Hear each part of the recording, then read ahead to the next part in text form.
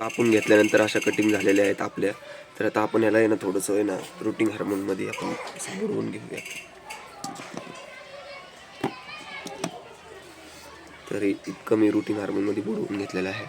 तरी आपण डायरेक्ट अशी ह्याच्यामध्ये ठेवूयात आणि ही अशी दाबूयात जेणेकरून ती हलणार नाही. बघू शकता मी अशी कटिंग दाबून घेतलेली आहे. तसाच आता मी इकडं पण असा खड्डा करणार आहे आणि ही दुसरी कटिंग जी आहे ती आपण लावून घेऊयात. बघू शकता अशी जी पण कटिंग केलेली आहे रुटिंग हार्मोनमध्ये डीप. तर हे कटिंगलाही आपण इथंच लावून देऊयात. जेव्हा हे कटिंग फुटतील ना जास्त उगवतील तेव्हाही मी तुम्हाला नक्कीच दाखवेन. आणि ह्या ज्या एक्स्ट्रा लीफ आहेत ह्याच्या मी काढलेल्या ज्या त्या सगळ्या आपण आपल्या कंपोस्ट बॅगमध्ये टाकून देऊयात. बघू शकता मी सगळ्या ह्या लीफ ज्या आहेत ह्याच्यातल्या खरपतवार ते सगळं मी टाकून दिलेलं आहे. तर आता आपण याला वॉटरिंग करूयात आणि मग मी तुम्हाला दाखवतो. तर आता आपण याच्यामध्ये वॉटरिंग करून घेऊयात. आपलं साधंच पाणी आहे हे, तेच मी घेतलेलं आहे.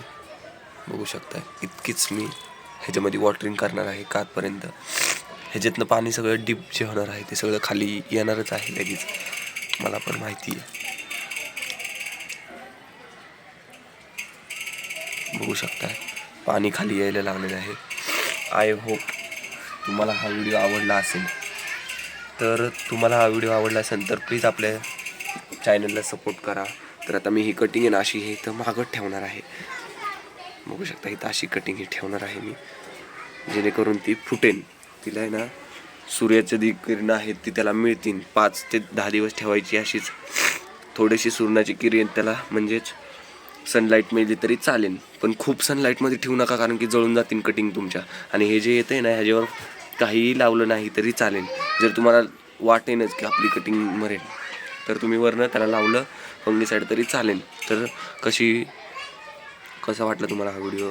प्लीज आपल्या चॅनलला सबस्क्राईब करायला विसरू नका. जर हा व्हिडिओ आवडला असेल तर लाईक शेअर सबस्क्राईब करायला विसरू नका. बाय.